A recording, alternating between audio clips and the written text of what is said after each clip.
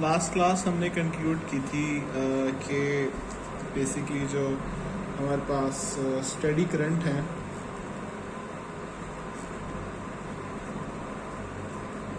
वो प्रोड्यूस करते हैं मैग्नेटिक फील्ड जो कि होती है कांस्टेंट इन टाइम। और हमने कहा था कि इसको हम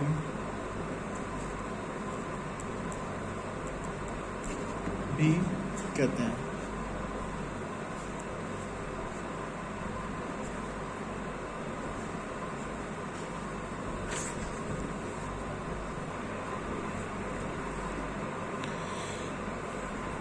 और बेसिकली हमने ये भी कहा था कि अगर फॉर्मली हम देखें तो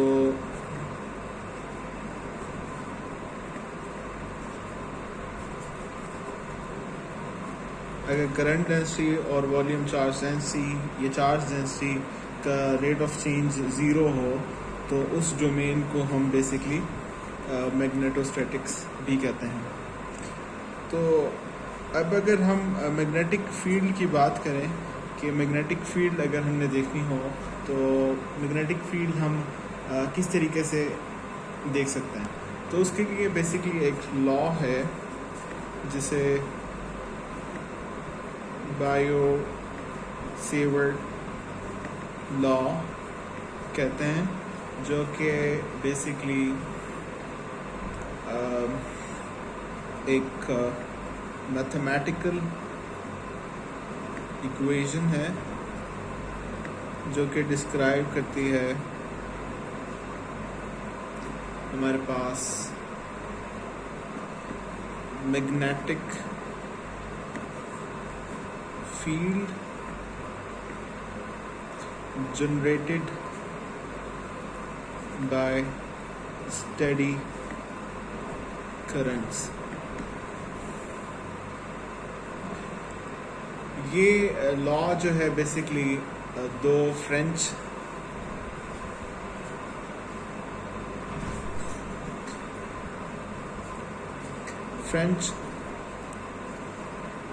फिजिसिस्ट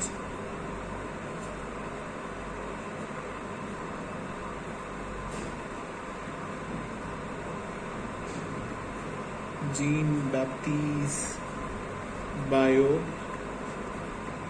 और फीलिक्स सेवर्ट ने डिराइव किया था, और बेसिकली इसी वजह से इसका जो नाम है बेयोट सेवर्ट लॉज है वो कहा जाता है। बेसिकली उन्होंने कुछ एक्सपेरिमेंटल ऑब्जर्वेशन से कुछ कंक्लूड किया था, और उन्होंने कहा था कि बेसिकली हमने ये देखा था कि जब एक करंट कैरिंग वायर के जो एक हमारे पास मैग्नेटिक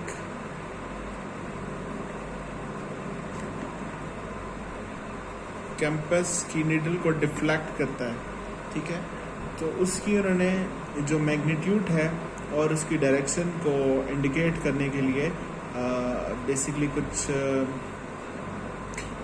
एक्सपेरिमेंट्स किए थे, जिसको उन्होंने फर्दर एक मैथमेटिकल इक्वेशंस की फॉर्म में डिराइव कर दिया था।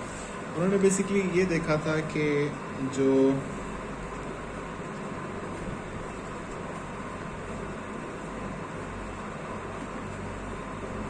अगर मैं इन्फिनिटली स्मॉल मैग्नेटिक फील्ड को dB से रिप्रेजेंट करूं, ठीक है, और ये उन्होंने देखा था कि जो मैग्नीट्यूड है dB का, अगर ये करंट कैरिंग जो कंडक्टर है, जैसे जो भी करंट कैरिंग कंडक्टर है, ठीक है, I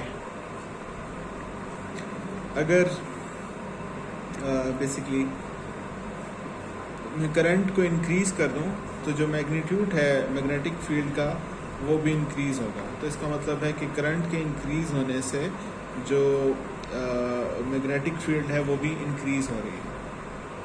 इसके अलावा बेसिकली जो इन्फिनिटली स्मॉल, अगर हम लेट्स से कि हम बेसिकली इसको देखने से पहले इस करंट में से एक इन्फिनिटली स्मॉल एरिया को ले लेते हैं जिसकी जो लेंथ है वो DL है। इसमें करंट जो फ्लो कर रहा है वो I करंट फ्लो कर रहा है, ठीक है। तो इस केस में बेसिकली अगर हम करंट को इंक्रीज़ करें तो I बेसिकली मैग्नेटिक फील्ड भी इंक्रीज़ होगी, और अगर मैं इस DL की लेंथ को इंक्रीज़ कर दूं तो बेसिकली मैग्नेटिक फील्ड इंक्रीज़ होगी, क्योंकि जितना DL इंक्रीज़ होगा उतना ज़्यादा जो चार्जेस हैं वो इंक्लूड हो जाएंगे। तो इस वजह से जो मैग्नेटिक फील्ड है वो भी फर्दर इंक्रीज़ होना शुरू हो जाएगी।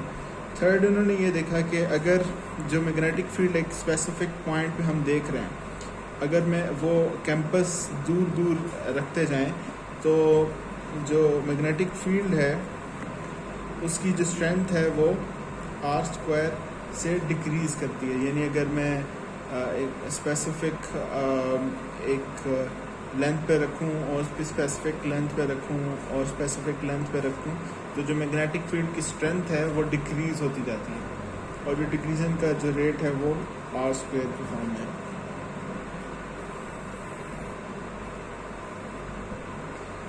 इसी तरीके से अब अगर हम इन तीनों को देखें कि जो मैग्नेटिक फील्ड की बेसिकली जो प्रोपोर्शनलिटी कांस्टेंट, अब तीनों को इकट्ठा देखें तो बेसिकली ये DL R sin थीटा की फॉर्म में होता है, ठीक है। और अगर हम बेसिकली dB को देखें, प्रोपोर्शनलिटी कांस्टेंट को ख़त्म करें तो एक प्रोपोर्शनलिटी कांस्टेंट आ जाता है जो कि DL R sin थीटा की फॉर्म में आ जाता है, ठीक है। अब ये बेसिकली सिर्फ मैग्नीट्यूड है। अब डायरेक्शन के लिए आप बेसिकली आपको पता है कि अगर हम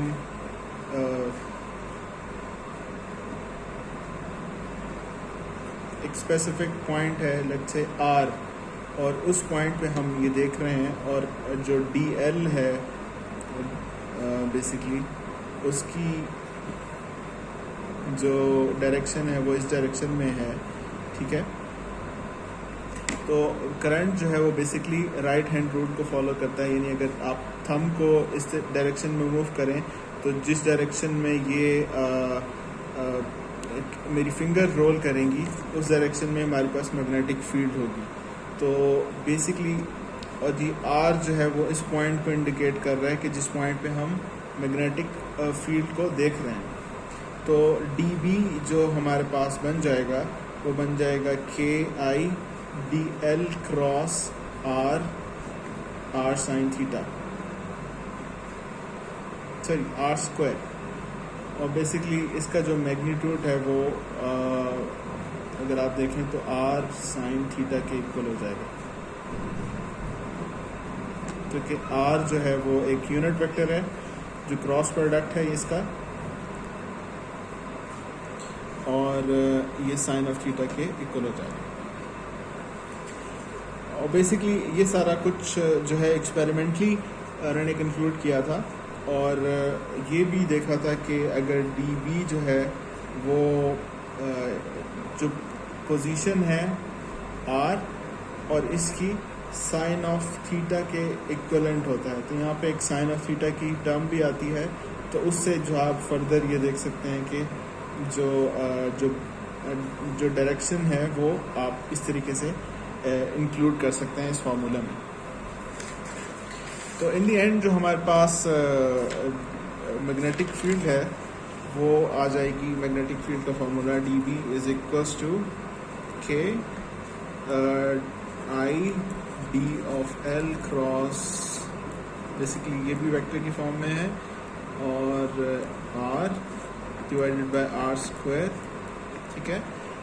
और K जो है एक प्रोपोर्शनलिटी कांस्टेंट है, इसको बेसिकली म्यू नॉट की फॉर्म में लिखा जाता है, mu naught I D of L cross are square theta, sorry R square D B. अब चूँकि टोटल मैग्नेटिक फील्ड अगर आपने कैलकुलेट करनी है तो जो बी होगी हम इसको इंटीग्रेट कर लेंगे, तो हमारे पास आ जाएगा डी बी, जो कि फर्दर इक्वल हो जाएगा mu naught I D L cross R divided by are square.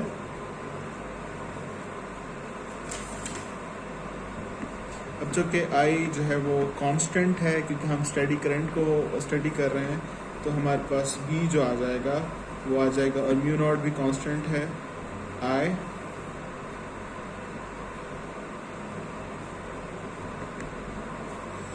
Divided by D L cross are square theta. और इसमें बेसिकली एक जो के है वो 4 पाई के इक्वल होगा, यानी म्यू नॉट 4 पाई के। तो यहाँ पे म्यू नॉट 4 पाई भी आ जाएगा, म्यू नॉट 4 पाई भी आ जाएगा, और ये 4 पाई के इक्वल हो जाएगा। तो जो बुक्स में आपको जो इक्वेशन मिलेगी वो ये मिलेगी, mu naught I D L cross are square divided by 4 pi.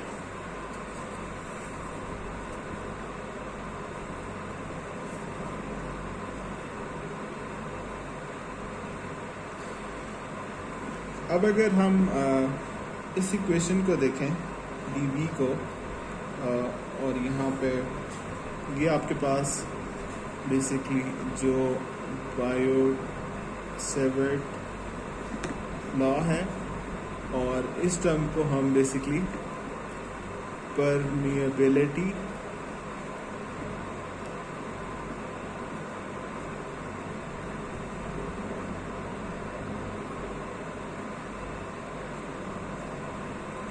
Of free space कहते हैं। तो अगर हम इसको देखना चाहें तो हम इसको इस तरीके से देख सकते हैं कि अगर हम इसका मैग्नीट्यूड ले लें, ठीक है, तो dB को हमने कहा है कि ये इक्वल है mu naught upon 4 pi D L cross are square sine theta. तो जब हम इसका मैग्नीट्यूड लें, बेसिकली ये क्रॉस प्रोडक्ट है, तो ये इक्वल हो जाएगा म्यू नॉट अपॉन 4 पाई, ठीक है, D L sine of theta A upon R square, ठीक है। तो D B into cross square divided by D L, ठीक है, और ये इक्वल हो जाएगा sine of theta is equal to mu naught. तो बेसिकली अब आपके पास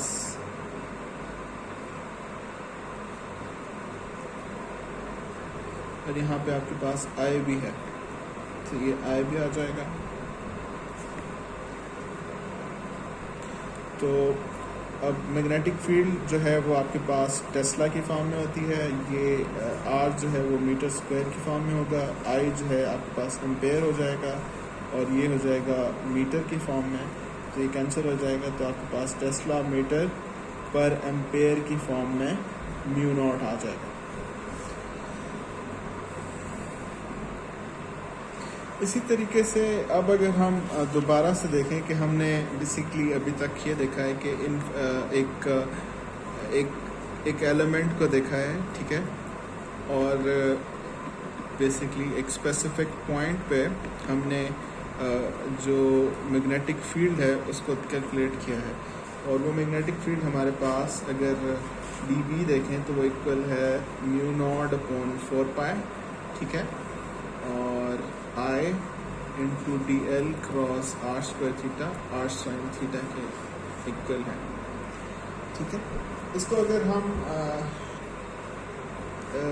और अगर हम टोटल जो देखें तो वो इक्वल हो जाती है 4 mu naught 4 pi I into D L cross r sine theta के इक्वल। इसको अगर आप इलेक्ट्रिक फील्ड से बेसिकली कंपेयर करें और हम देखें कि लेट्स से कि हमारे पास अगर एक डी क्यू है पॉजिटिव साइन और हम वो एक सर्कल में देखते हैं कि एक स्पेसिफिक पॉइंट पे 3 स्पेसिफिक पॉइंट चूज़ कर लेते हैं डी क्यू को, ठीक है, और ये सेंटर में है, लेट्स से डी क्यू एक सेंटर में है।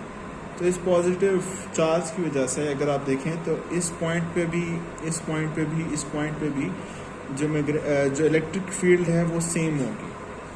अब इसी तरीके से हम ये अज्यूम करते हैं कि हमारे पास एक infinitely small I current flow हो रहा है डी एल में से, और हम सर्कल करते हैं, ये डी एल है और एक पॉइंट है हमारे पास ये ए, एक पॉइंट है सी और एक पॉइंट है बी, ठीक है।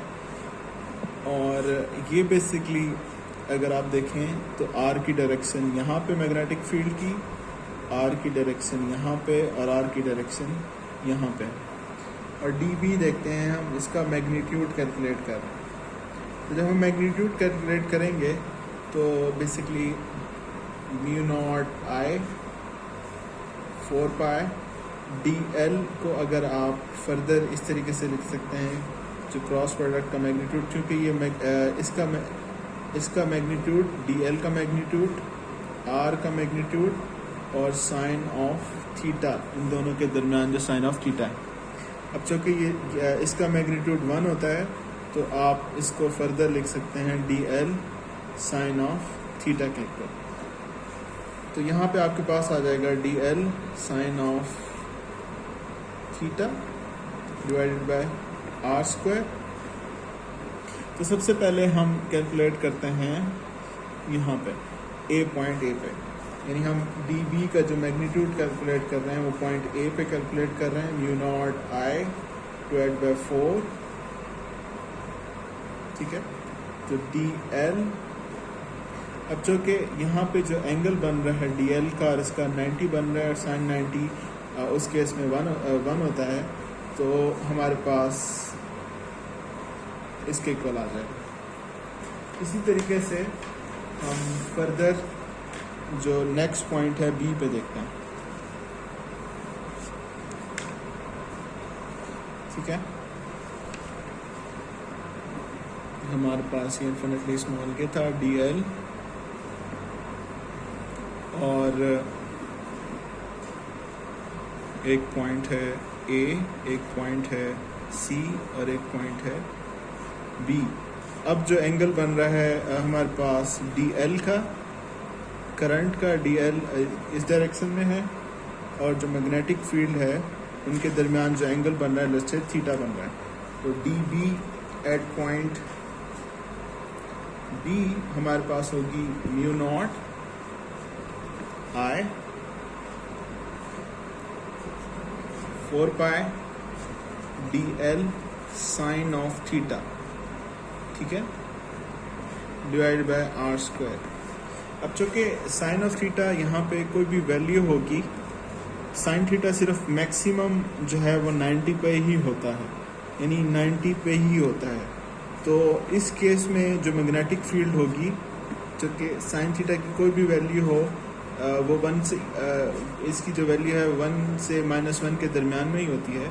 तो अब 90 के अलावा जो भी वैल्यू होगी वो बेसिकली कम ही होगी 1 से।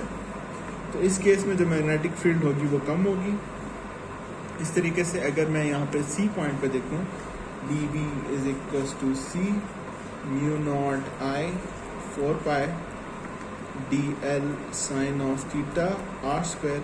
अब जो एंगल बन रहा है वो बेसिकली 0 बन रहा है, तो साइन 0 होगा। तो यानी इस केस में जो मैग्नेटिक फील्ड होगी वो 0 के इक्वल होगी। तो कॉन्ट्रेरी टू इलेक्ट्रिक फील्ड, यहाँ पे इलेक्ट्रिक फील्ड में ये केस था कि हर डायरेक्शन में जो है इलेक्ट्रिक फील्ड सेम थी, लेकिन यहाँ पे देखें कि आपके पास 3 पॉइंट हमने देखे हैं। तो जब 90 है तो मैग्नेटिक फील्ड मैक्सिमम है, जब उसी के अलॉन्ग है मैग्नेटिक फील्ड 0 है, और किसी एंगल पे जो मैग्नेटिक फील्ड है वो साइन थीटा के इक्वलेंट है, जो इसका मैग्नीट्यूड है।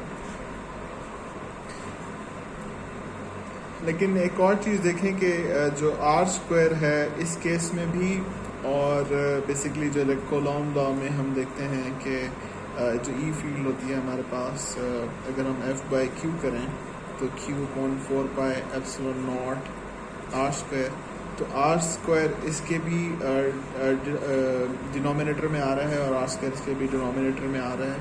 तो जो आर स्क्वायर है वो सेम है, लेकिन इसमें जो है डायरेक्शन डिपेंडेंट है, लेकिन यहाँ पे डायरेक्शन डिपेंडेंट नहीं है। फर्दर हम एक और एग्जांपल देखते हैं कि हमारे पास अगर लेट्स से कि एक स्पेसिफिक पॉइंट,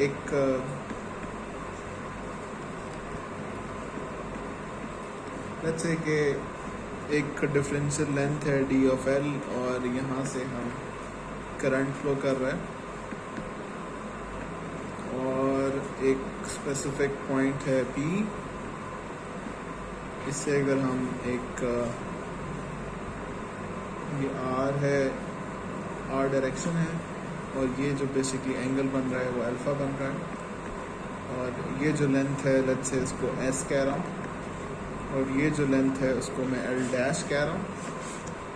यहाँ पे ये थीटा है, ठीक है।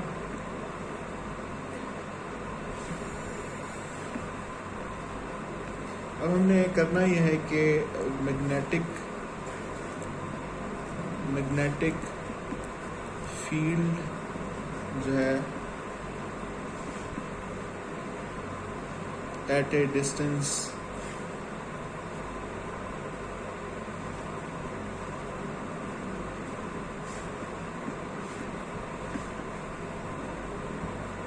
from a long straight wire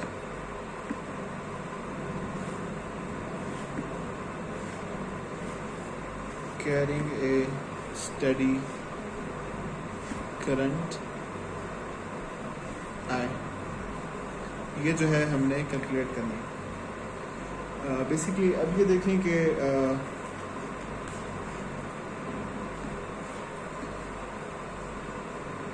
अगर आप इसको इस तरीके से देख लें,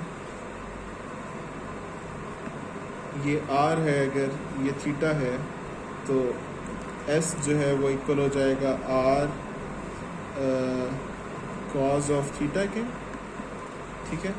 ये l डैश है, और अब आप देखें कि आपके पास जो ये टेन थीटा है, ठीक है।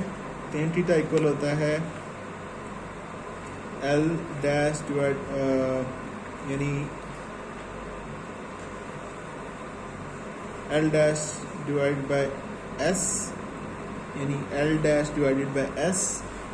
तो आपके पास जो L डैश है वो इक्वल हो जाएगा S टेन ऑफ थीटा के। ये दो आपके पास ये हो गया,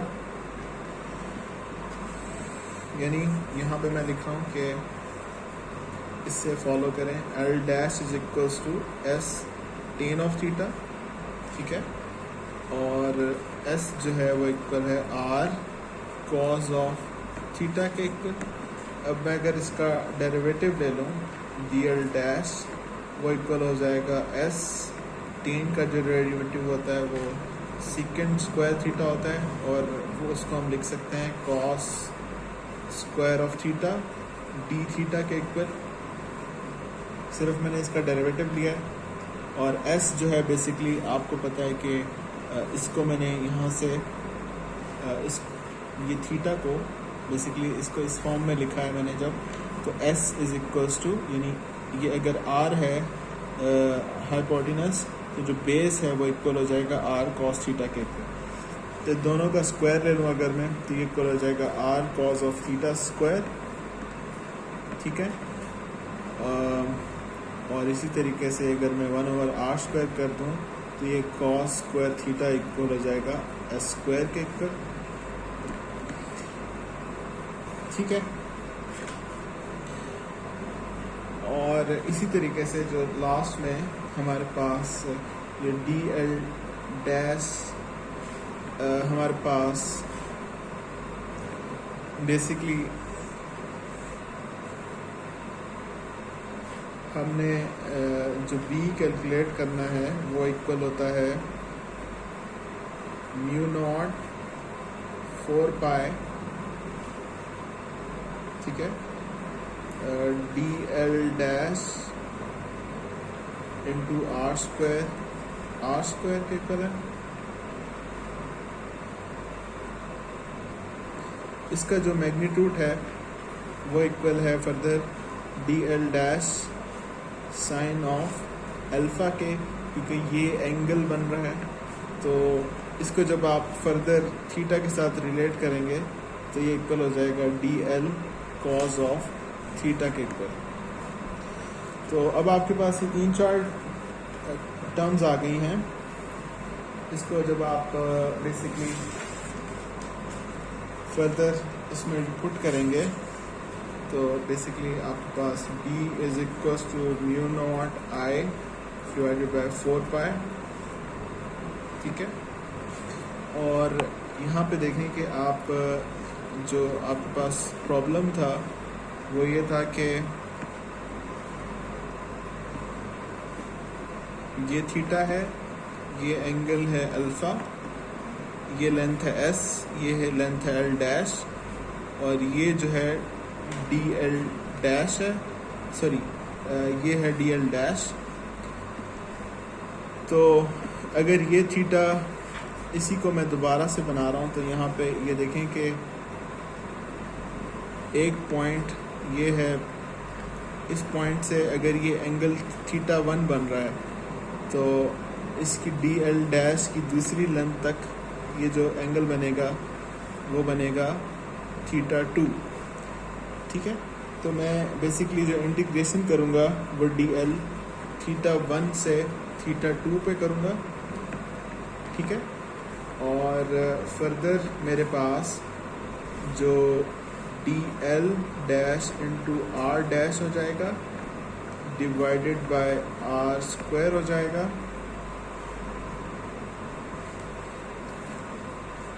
इसको देखें तो हमने ये आगे हमने देखा था कि ये dl dash sign of theta के इक्वल है, क्योंकि ये क्रॉस प्रोडक्ट का मैग्नीट्यूड इसके इक्वल है। और हमने ये कहा कि जब आप साइन ऑफ अल्फ़ा के इक्वल है, तो इसको जब आप फर्दर रिलेट करेंगे थीटा के साथ तो ये हो जाएगा dl dash cause of theta के इक्वल हो जाएगा, ठीक है। तो ये हो जाएगा mu I 4 pi theta 2 theta I dl dash cause of theta r² sign theta. तो अभी हमने ये देखा था कि हमारे पास जो dl डैश है बेसिकली वो हमने यहाँ से कैलकुलेट किया था कि हमारे पास जो dl डैश है वो इसके इक्वल है। तो dl डैश बेसिकली इक्वल है r cos square theta d theta के इक्वल। और इसी तरीके से जो 1/r² है वो इक्वल है, यहाँ पे हमने देखा है कि 1/r² इक्वल है cos theta cos of theta square divided bye s²।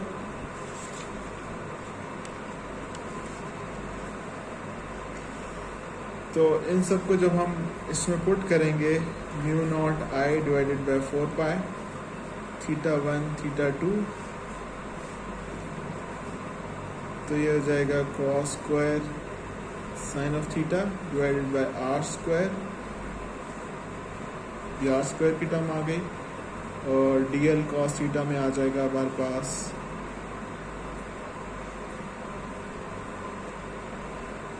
s cos theta d theta into cos of theta.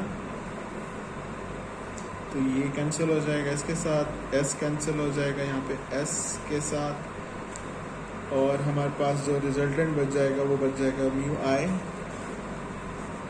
4 pi 1/s cos of theta D theta, theta 1 से थीटा 2 तक। जो रिजल्टेंट आएगा आपके पास वो आ जाएगा mu I 4 pi s into sine of theta 2 minus sine of theta 1 v।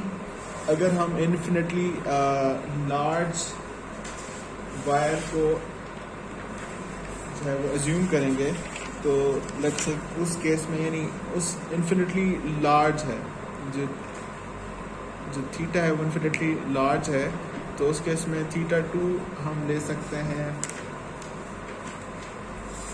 Basically minus pi by 2, और theta 1 जो है वो ले सकते हैं पाई बाय 2, क्योंकि ये इन्फिनिटली लार्ज हो जाएगा।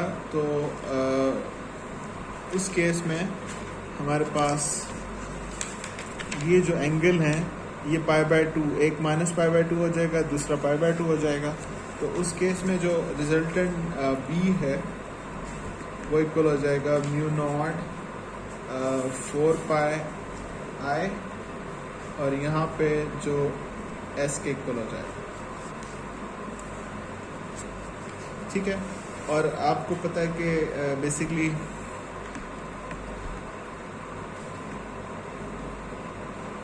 अगर एक करंट कैरिंग कंडक्टर देखें, I इस डायरेक्शन में जा रहा है, ठीक है, लेट्स से कि, और हम राइट हैंड रूल अप्लाई करें, तो राइट हैंड रूल के मुताबिक ये है कि बेसिकली करंट इस तरीके से सर्कल कर रहा है। तो इस डायरेक्शन में बेसिकली ये अपवर्ड है और इस डायरेक्शन में गोइंग इनटू द पेज है। तो उस केस में हम बेसिकली अगर हम देखें तो हम अगर कोऑर्डिनेट सिस्टम में देखें तो इसको हम a ऑफ फाई से रिप्रेजेंट कर सकते हैं, यानी जो डायरेक्शन है अगर आप देखें तो बेसिकली फाई के फॉर्म में इसको रिप्रेजेंट कर सकते हैं। तो ये उस केस में जो आपके पास मैग्नेटिक फील्ड है उसको आप इस तरीके से रिप्रेजेंट कर सकते हैं।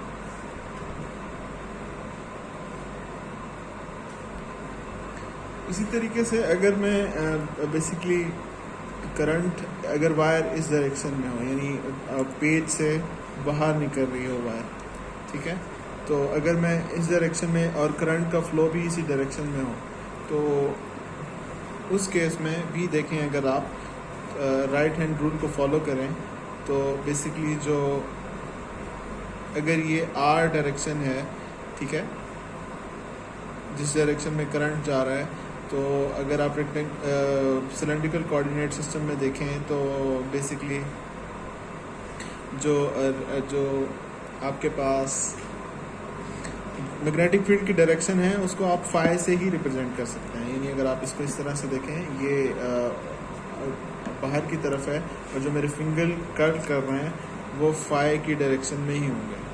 तो लेट्स से कि अगर ये बाहर रिप्रेजेंट करंट जो है वो बाहर की तरफ आ रहा है, ये एक वायर है जिसमें करंट जो है ऊपर की तरफ मूव कर रहा है, तो जो मैग्नेटिक फील्ड सर्कल करेगी,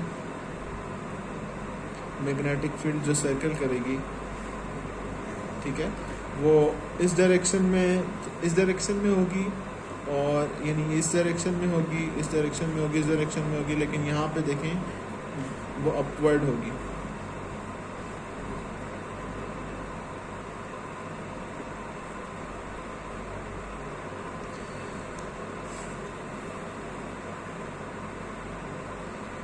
तो अगर हम बेसिकली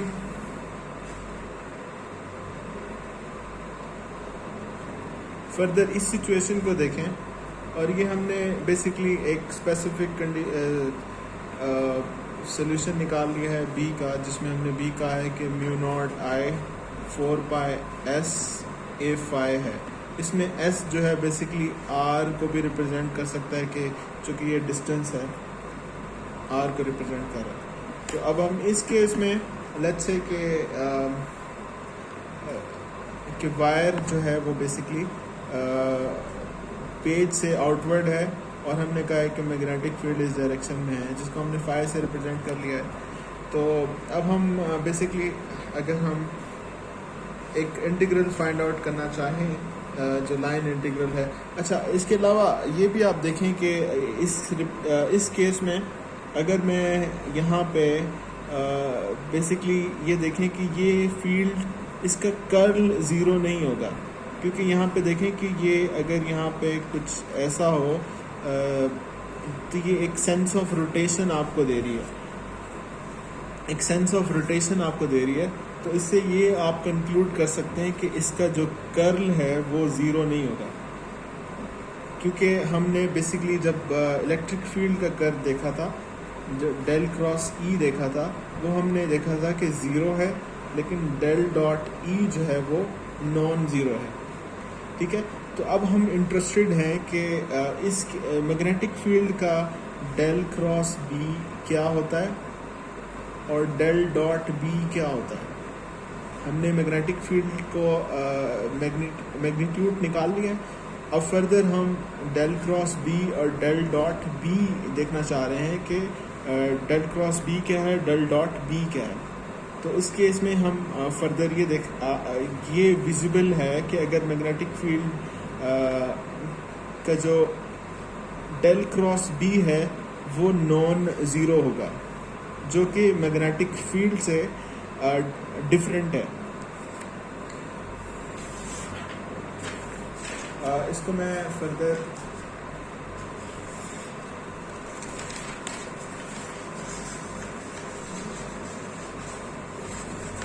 बेसिकली हम ये देखते हैं कि कर्ल को देखना चाह रहे हैं और हम ये केस देख रहे हैं कि हमारे पास मैग्नेटिक फील्ड जो है, एक करंट जो है, वायर जो है वो पेज से, करंट जो है वो पेज से आउटवर्ड आ रहा है।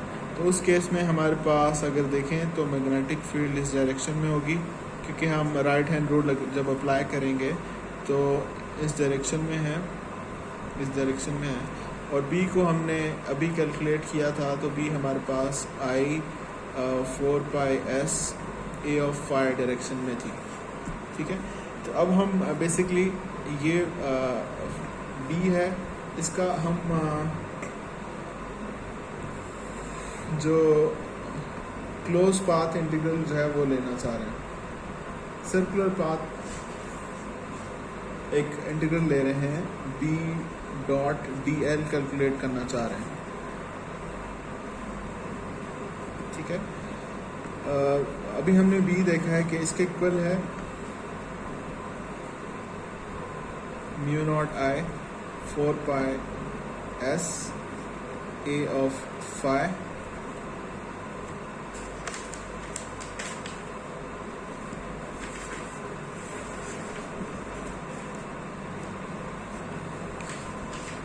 डॉट डी एल, और डी एल जो है वो फर्दर हमारे पास इक्वल है ए ऑफ आर, या इसको आप ए ऑफ एस भी कह सकते हैं इस टर्म में, क्योंकि मैंने एस लिखा हुआ है। इसको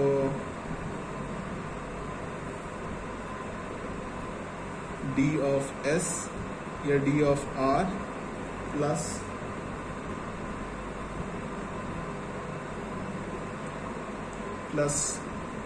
are d of phi plus d z. और जो आपको इस बुक की कन्वेंशन है, जो पीडीएफ में आपको प्रोवाइड करूँगा, उसकी कन्वेंशन में ही हो जाएगा s D of phi plus d z. यानी ये दोनों सेम चीज़ें हैं, लेकिन लिखने का बेसिकली रिप्रेजेंट करने का तरीका डिफरेंट है। तो जब ये डॉट प्रोडक्ट होगा तो हमारे पास जो रिजल्टेंट आएगा mu naught I 4 pi S into S, सिर्फ यही बचेगा।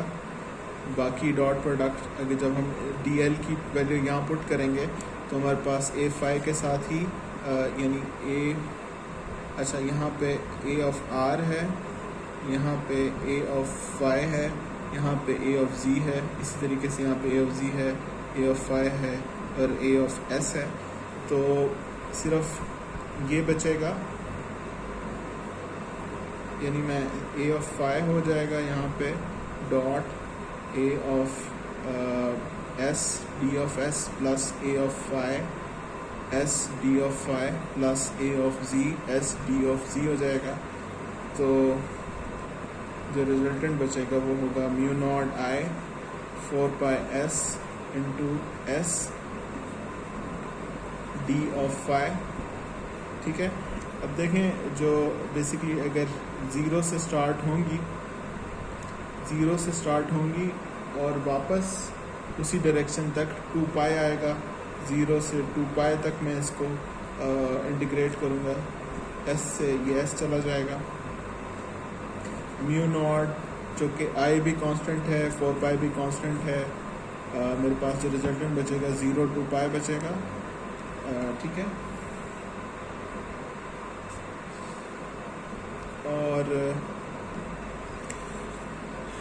और यहाँ पे डी थीटा हो जाएगा। अच्छा, बेसिकली आई थिंक एक मिस्टेक मैंने कर दी है, यहाँ पे ये 2 पाई आना चाहिए, ये 2 पाई आना चाहिए, ये 2 पाई आना चाहिए, क्योंकि बेसिकली जब आप इसकी वैल्यू पाई बाय 2 और पाई बाय 2 रखेंगे तो यहाँ पे जब बेसिकली ये पाई बाय 2 हो जाएगा तो वैल्यू जो आंसर जो है वो 2 आएगा, 2 से 2 कट जाएगा, यहाँ पे 2 पाई आएगा आंसर।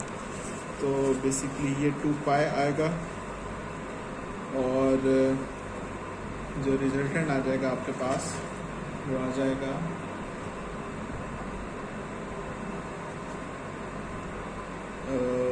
म्यू नॉट आई, यानी आपके पास जो डेल डॉट डी एल है वो आया है म्यू नॉट आई के इक्वल। ये इम्पोर्टेंट रिजल्ट है, मैं इसको दोबारा से लिख देता हूँ कि जो बी डॉट डी एल है वो इक्वल है म्यू नॉट आई के इक्वल।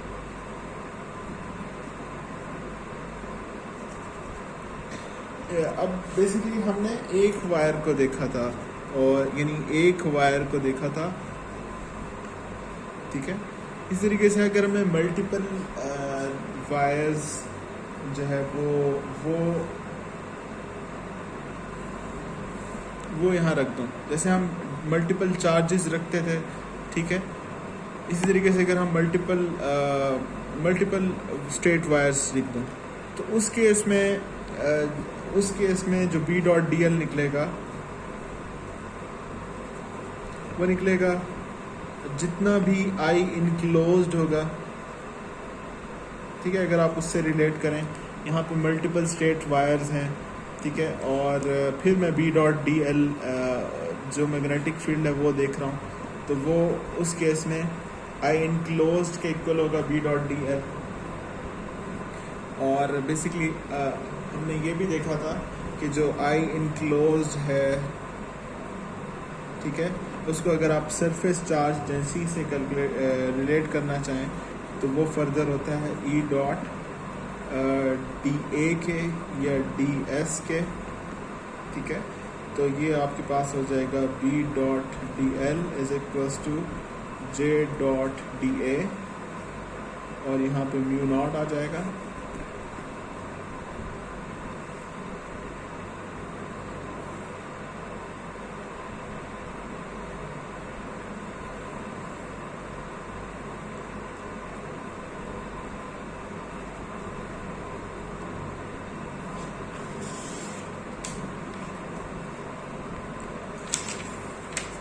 इसी इक्वेशन को मैं अगर फर्दर लिखूँ, यानी हमने ये देखा है कि जो B डॉट डी एल है वो इक्वल हो जाएगा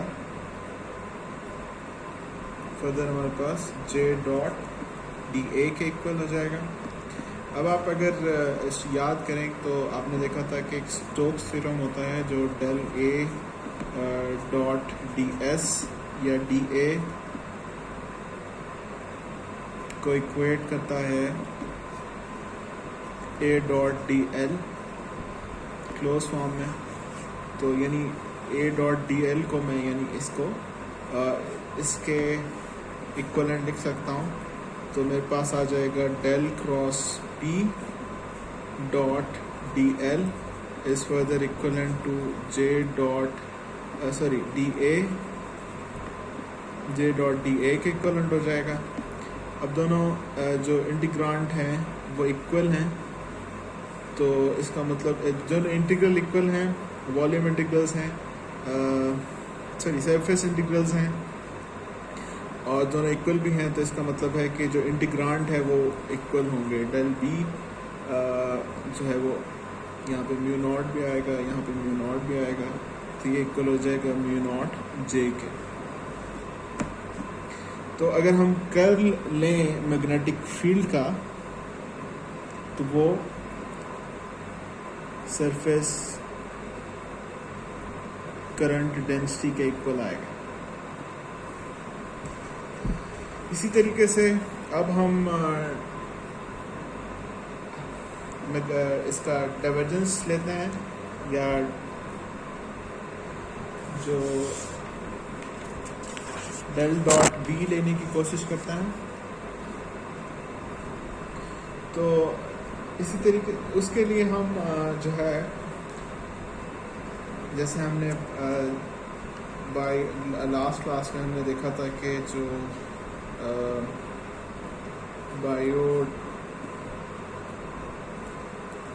सेवर्ट लॉ का फॉर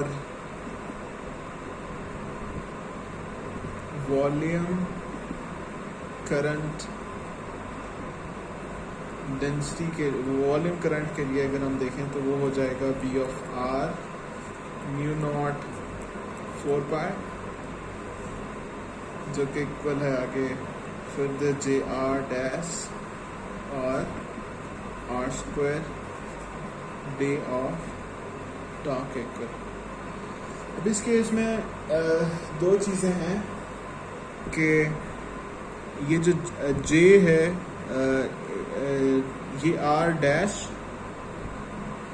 और R डैश से मुराद है कि X dash, Y dash and Z dash, ये कोऑर्डिनेट सिस्टम और है, और ये जो है X, Y, Z ये कोऑर्डिनेट सिस्टम R है, क्योंकि हम जिस पॉइंट पर देख रहे हैं जो करंट फ्लो हो रहा है वो इस कोऑर्डिनेट सिस्टम पे फ्लो हो रहा है, और जिस पॉइंट पर हम देख रहे हैं उसको हम इस रिस्पेक्ट से देख रहे हैं। और अब हम बेसिकली डेल डॉट बी लेते हैं इसका। इसमें जो बी है बेसिकली मैग्नेटिक फील्ड वो फंक्शन है एक्स वाई जी का, और जे जो है इस केस में जो फंक्शन है वो x dash, y dash and z dash का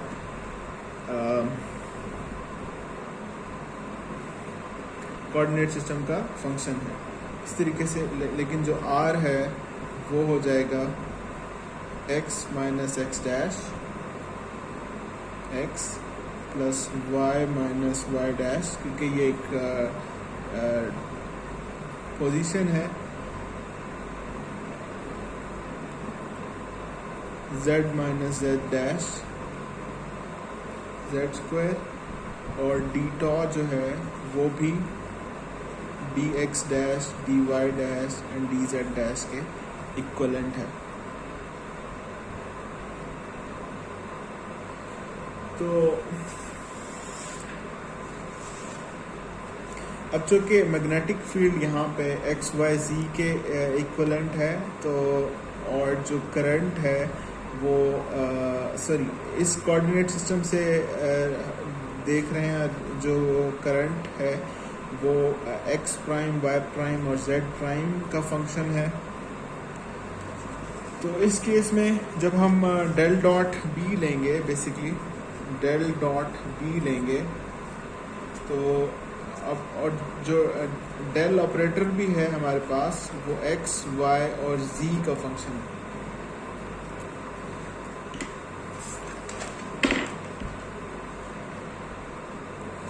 तो बेसिकली अब आपके पास आ जाएगा mu naught I 4 pi del dot J cross are square D of top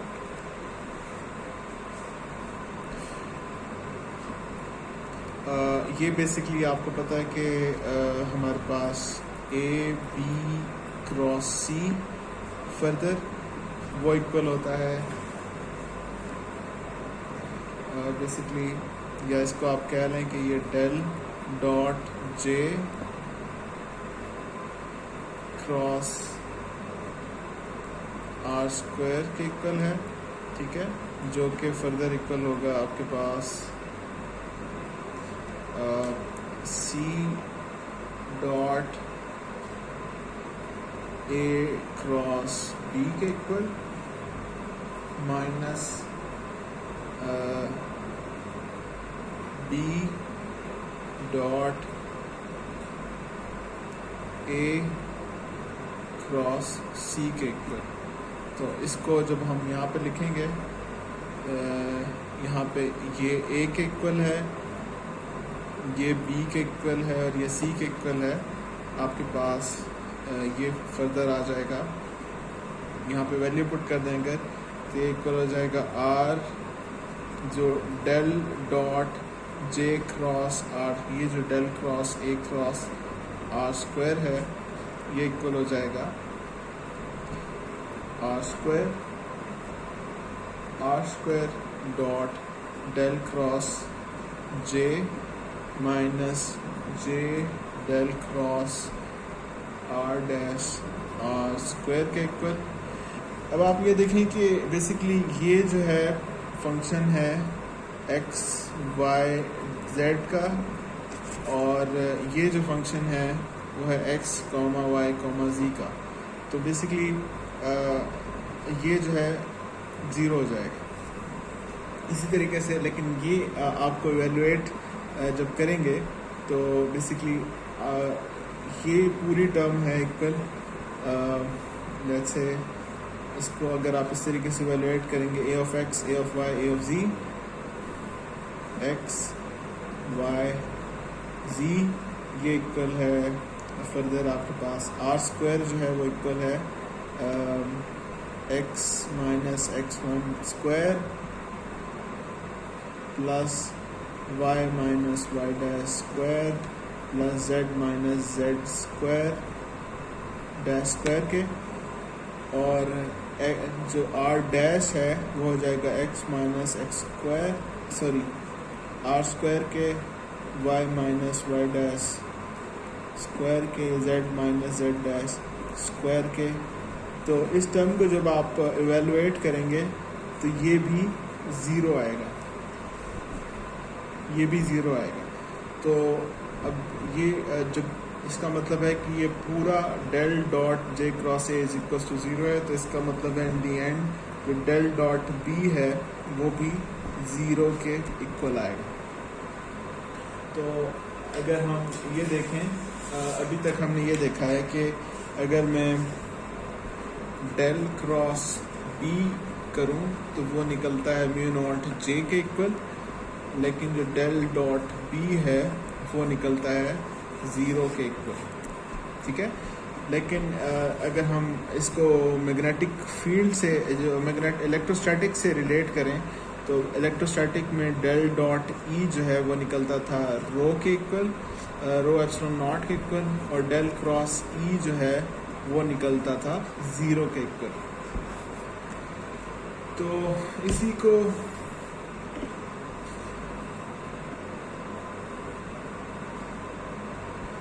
इसमें एक फर्दर एक और चीज़ है, अगर ये देखें कि इसी टर्म को अगर आप फर्दर यहाँ पे ले आएँ तो del cross B is equals to mu naught J, ठीक है, और बेसिकली अगर मैं दोनों तरफ से सरफेस इंटीग्रल ले लूँ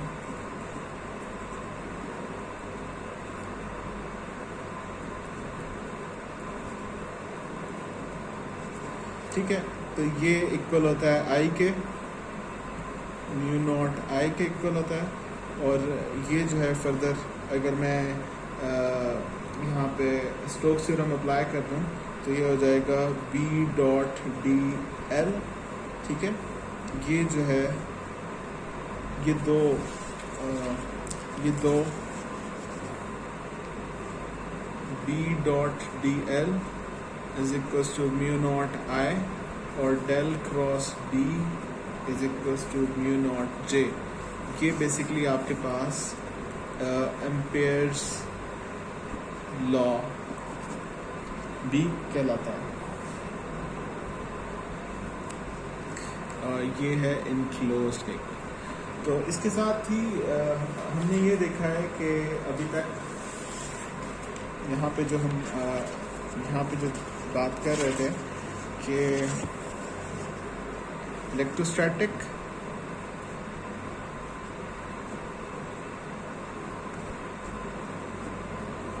और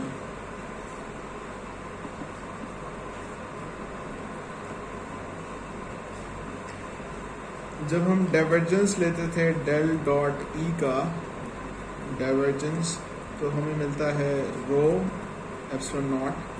ठीक है, और जब हम कर्ल लेते थे ई का तो हमें मिलता है ज़ीरो।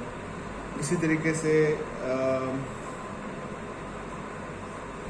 मैग्नेटोस्टैटिक में जब हम इसका कर्ल लेते हैं बी का तो हमें मिलता है ज़ीरो और डेल क्रॉस बी जो है वो मिलता है म्यू नॉट जे को।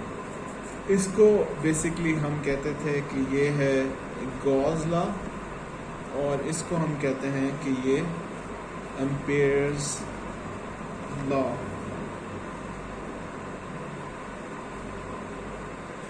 और ये दो इक्वेशंस हैं। ये मैक्सवेल की इक्वेशन है फॉर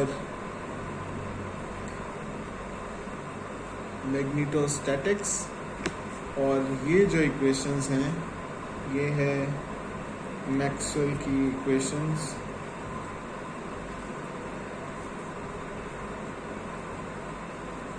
फॉर इलेक्ट्रोस्टैटिक्स।